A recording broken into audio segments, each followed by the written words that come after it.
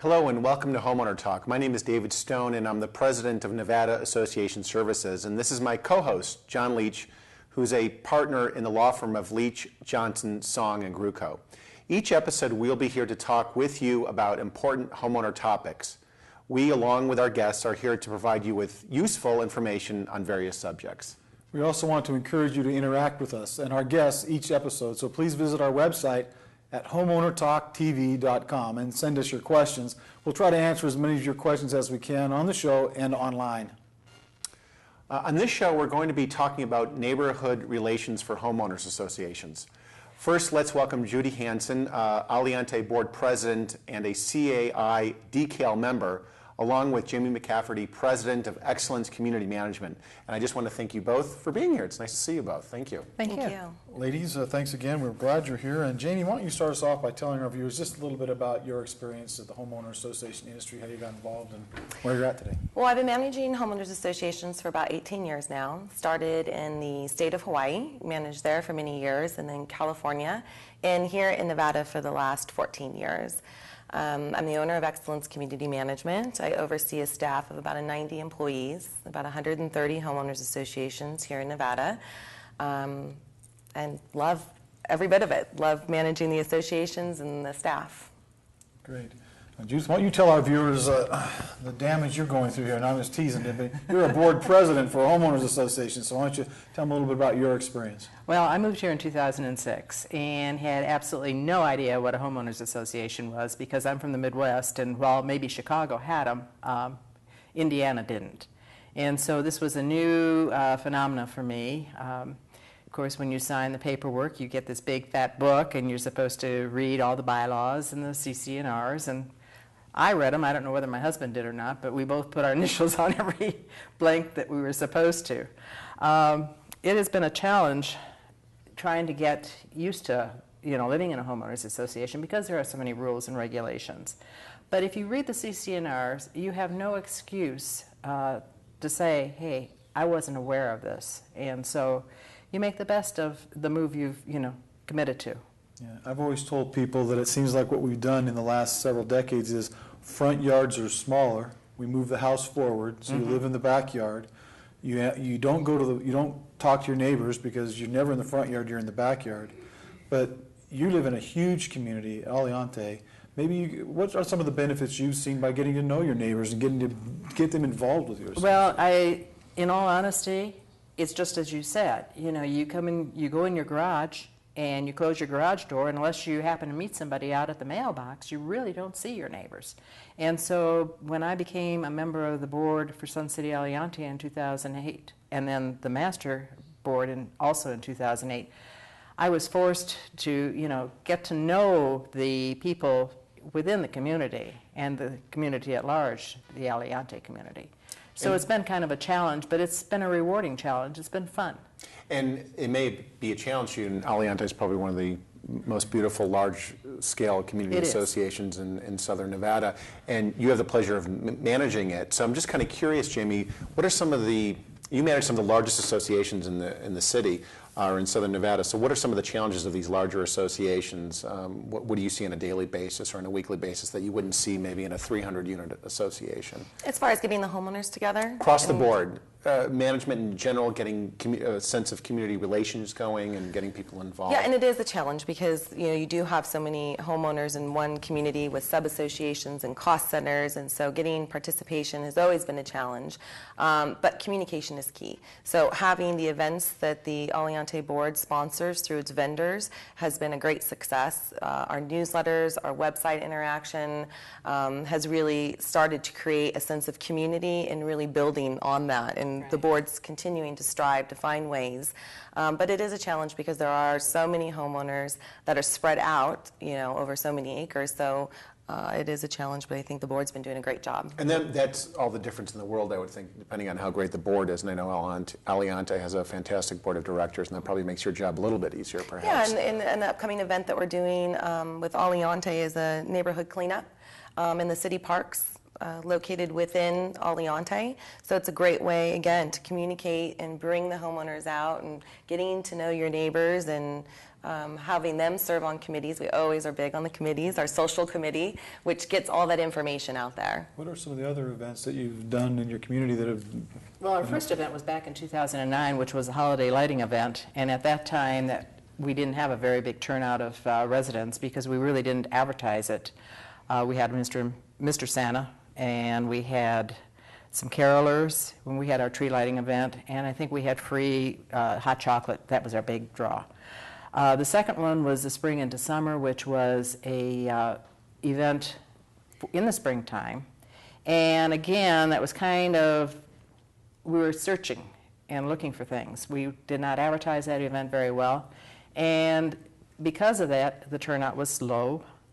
So we said, we've got to do something. We've got to build on these two. Then we moved into the second annual holiday lighting in December of 2010. And this time, we had our own Mr. and Mrs. Santa Claus, and they're fantastic, and we're going to have them again this next year. We expanded what we did in 2009 by having carriage rides, and the food was a little bit more extensive.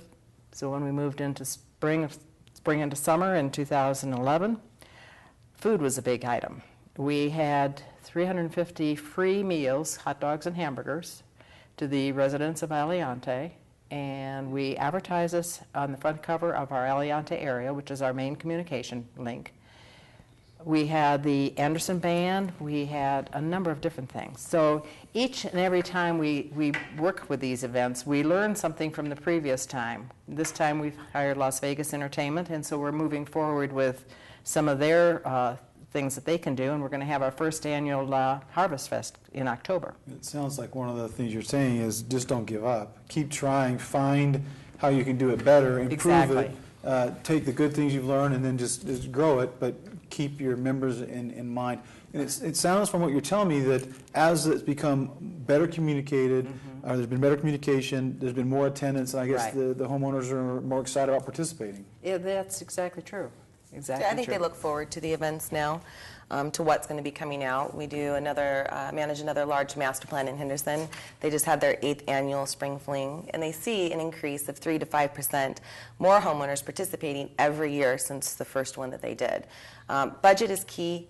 Participation from your homeowners is key in the communication, but building on it, don't give up, because it does make a difference in the community. And what do you see as the result of people coming to these events? So throughout the rest of the year, people are nicer to the boards, they're more willing to comply with the rules. I mean, what do you see as the fallout, if you will, from these great events that the associations are pulling out? Community involvement? Personally, what we see as a management company is they're more informed. They're more informed about their community, about what the board does, what the common area, the parks, how you reserve them, the use, depending on the type of community that you live in, and they know their neighbors. And so that's something that they might have seen, the woman who lived 2 doors down, but they never had the chance to meet. And that's what's come out of those. And those are the success stories that we've heard as a management company.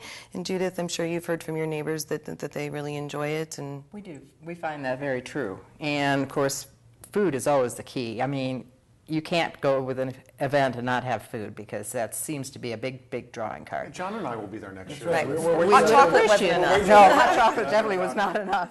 It's lost in the mail, perhaps. yeah. The biggest challenge for us, though, is we are a mixed community. We have the senior community, the 55 and older, and then we also have the family community. And so trying to bridge those two communities together and get them to come to the events is the big challenge for us at this point in time. If you could tell our viewers one last thing, why should the residents get involved? Why? Because it's to their own benefit. It's their HOA, it's their community, and without being part of a community, you're just lost. I agree. I think it's great. When you get to know your neighbors, pretty soon your neighbors start watching out for you.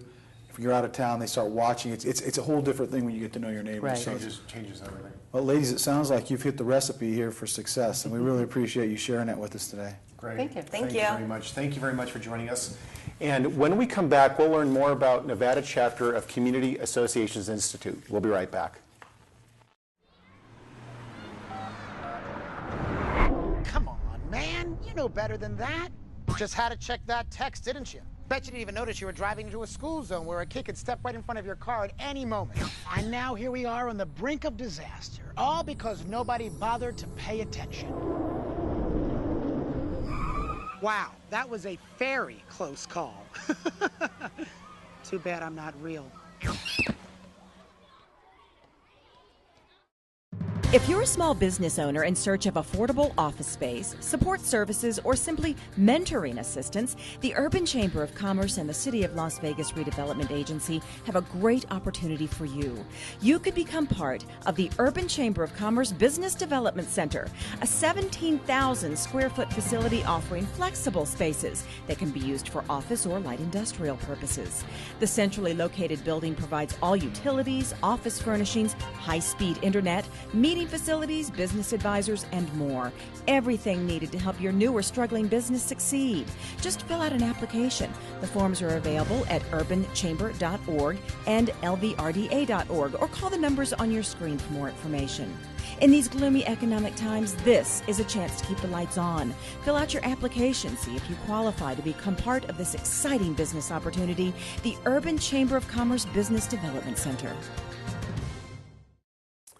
Welcome back to Homeowner Talk. Whether you're a board member, manager, or anyone else, a vendor who works with an association, have you ever wondered if there's a group to help your HOA? Andrea Behrens, the executive producer of Homeowner Talk TV, sat down with Mary Rendina, the executive director of CAI-Nevada, to learn more about a local group called Community Associations Institute's Nevada chapter. Let's take a look. Hi, Mary. Thank you for joining us today. You're welcome. You're executive director of CAI-Nevada. Can you please tell us what CAI-Nevada stands for and what you do? It's the Community Associations Institute. We are a national organization based out of Alexandria, Virginia, and we have the local chapter here for the state of Nevada. And we provide educational support as well as legislation action for the state, for our members, for the HOA industry. So we service those that manage the HOAs as well as the board members and homeowners who live in those associations. So when you say HOA industry, you're talking about homeowners associations, correct. And condos and high-rise as well. What resources does CAI offer? Well, our primary reason we exist is for education. So we have classes going on monthly, both in Las Vegas and in the Reno area. We work along with the Division for the Real Estate for the state of Nevada for CE credits for the managers for their continuing education, as well as also educating the homeowner board members on how to be better board members and how to work well with their community managers. How can people get involved in CAI and take advantage of some of the classes or some of the events that you have? They can contact us either at the office, 702-648-8408, or they can go to our website, www.cai-nevada.org. Okay, we'll add that information to our website as well. And board members, you mentioned board members for homeowners associations. How do they get involved? We have classes for our board members. We have a program called the Dedicated Community Association Leader. It's our decal program, and we have a series of 7 to 8 classes that we give in that. As well as they can attend a commission meeting, or write a newsletter article for us as well. And it's a series of classes that they take. We offer each of those classes throughout the year, and they have 2 years that they can take to complete those classes and become a member. Do they have to become a decal, or can they just come to classes? Anybody is welcome. There are those 7 or 8 classes that are given throughout the year, as well as additional classes that are not on the decal track. Oh, great. Tell us about some of your annual events besides the classes. One of our most popular is our Heroes Luncheon. It started after 9/11 with a group of our members wanting to get together and recognize local heroes within our own community here in the state. So we do that annually, and it's been a huge success, and we do first responders as well as maybe some people who have started their own nonprofits and just people working in our community to make a difference in the life of others. Wow, great. Sounds fun. Do you do anything else in the community, like out CAI in the community kind of thing? We actually have established an outreach committee, community outreach, and that committee works with some Title I schools here to help those children who may not have the resources that they need. We provide clothing and food through the school, and we also have recently done our own extreme makeover type house for the Nevada Partnership of Homeless Youth, where they were given a house by HUD, and we had our business partners go in and work with our community outreach committee to renovate the house, and they're now using it as a safe house for these homeless teens. Oh, that's great. That's exciting. And how can our viewers get more information about CAI? You said they could go to the website. You said they could call you. Is there anything else that you put out there? Pretty much the website is a really good resource because it has our calendar of events, it has flyers on the education, it has links to CAI National. If they would like to join and become a member, they can do that through our website as well. Do you have a Facebook account as well? We do have a Facebook account. Is that CAI-Nevada? It is. Oh, perfect. So Mary, you mentioned some events for board members and managers, but what about the homeowner that lives in the community and might just go to board meetings and might be interested? Do they have to be a member of CAI? Are the events open to just homeowners? Can you give me a little more information? Sure, about we that? actually have several events that are open to non-members. We have our annual trade show that takes place, and they can come and go. They just have to pre-register. There's no charge to attend that.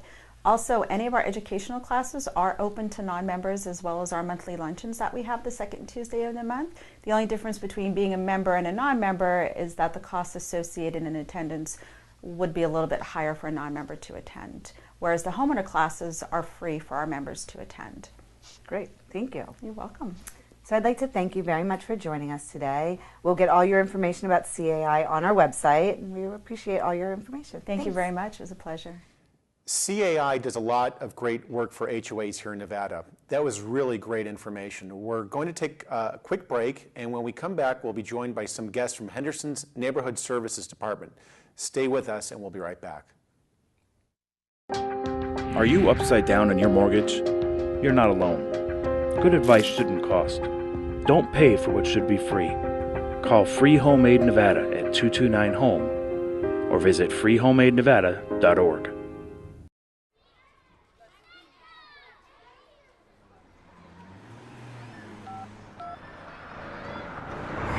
Come on, guys. You know better than that.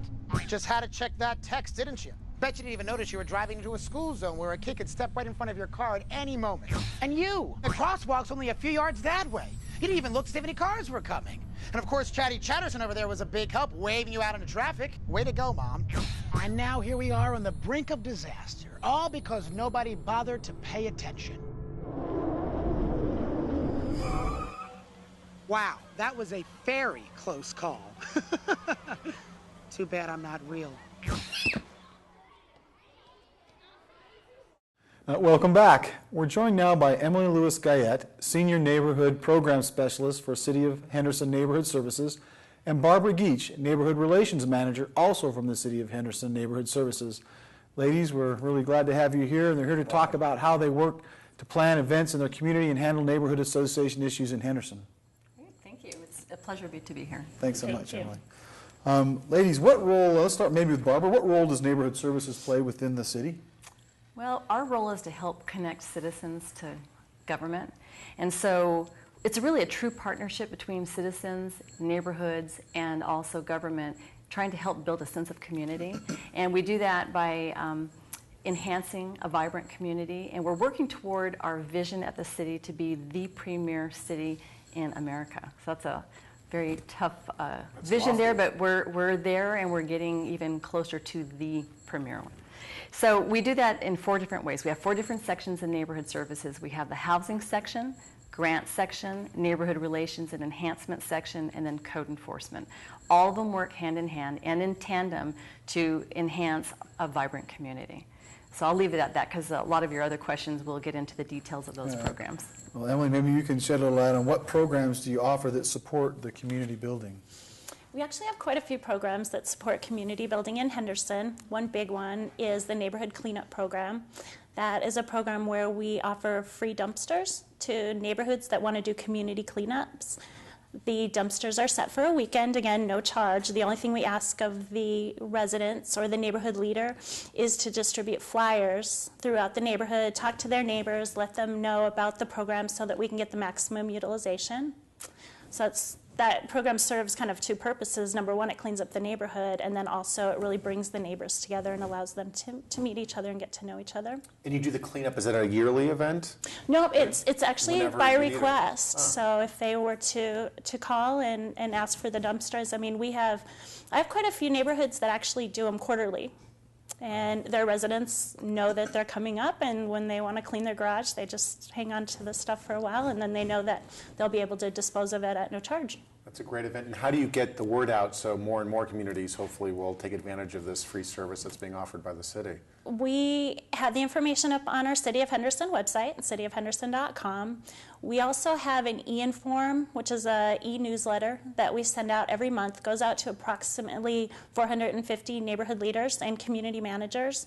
So we hope that by getting that information out to our leaders in the community, that they'll disseminate the information down to the individual residents. What are some of the other specific events that you've used in your community that you think have been bringing the people together and political people together as well?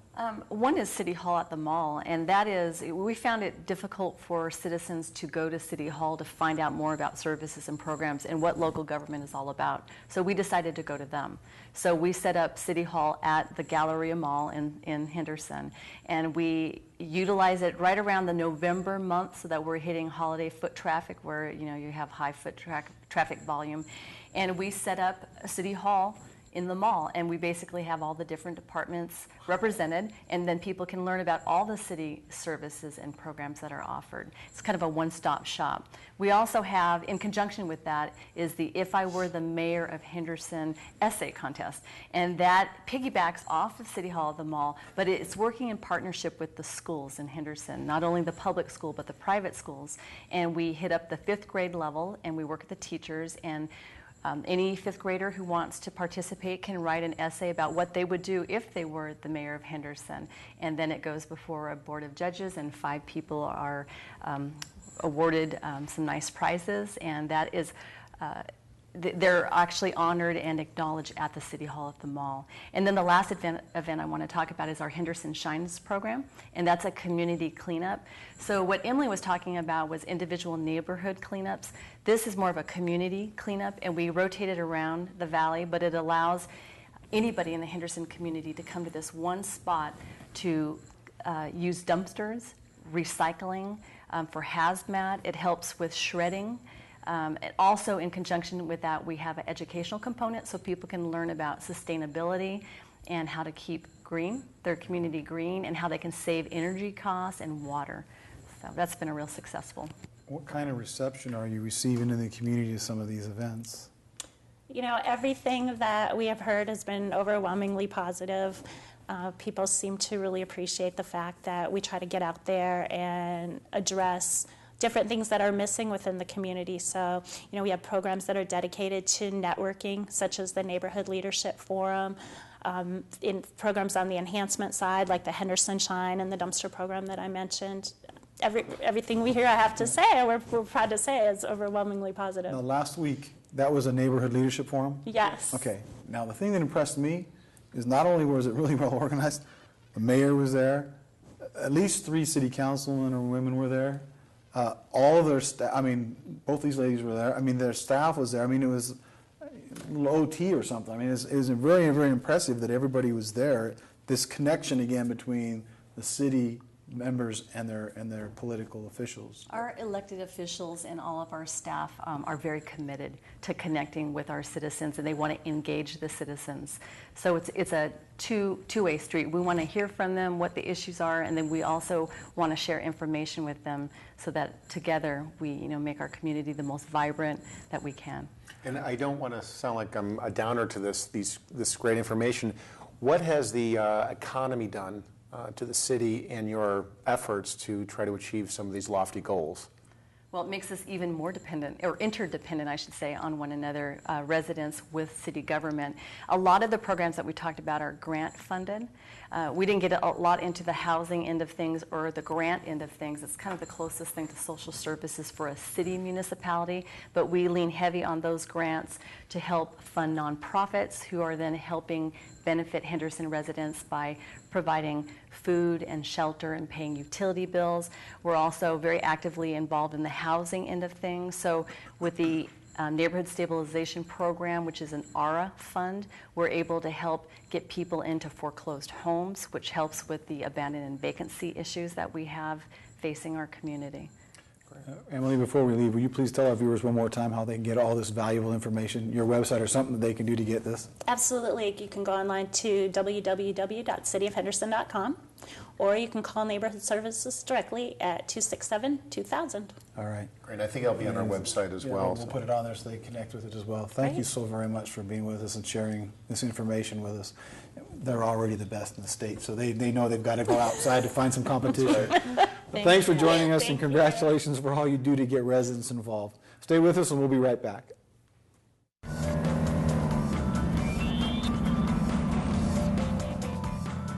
So what's new? What's new? It's what's old. The left turn yield on green ball is what's old. So what's new? It's the flashing yellow arrow. Tell me more. Tell you? I can show you. Say you're going to make a left turn. On the green arrow, you turn left. A yellow arrow means the signal is going to change to red and warns you to clear the intersection. A red arrow means you stop. Next, you'll see a flashing yellow arrow. The flashing yellow arrow means you must yield to oncoming traffic and pedestrians. Complete your turn when it is safe to do so. That was simple. It is. A national study determined that the flashing yellow arrow is easier to understand than the green ball in the left turn lane. Any other questions? I got what I need. The new flashing yellow arrow signals will be installed gradually throughout the valley. For more information, visit rtcsnv.com.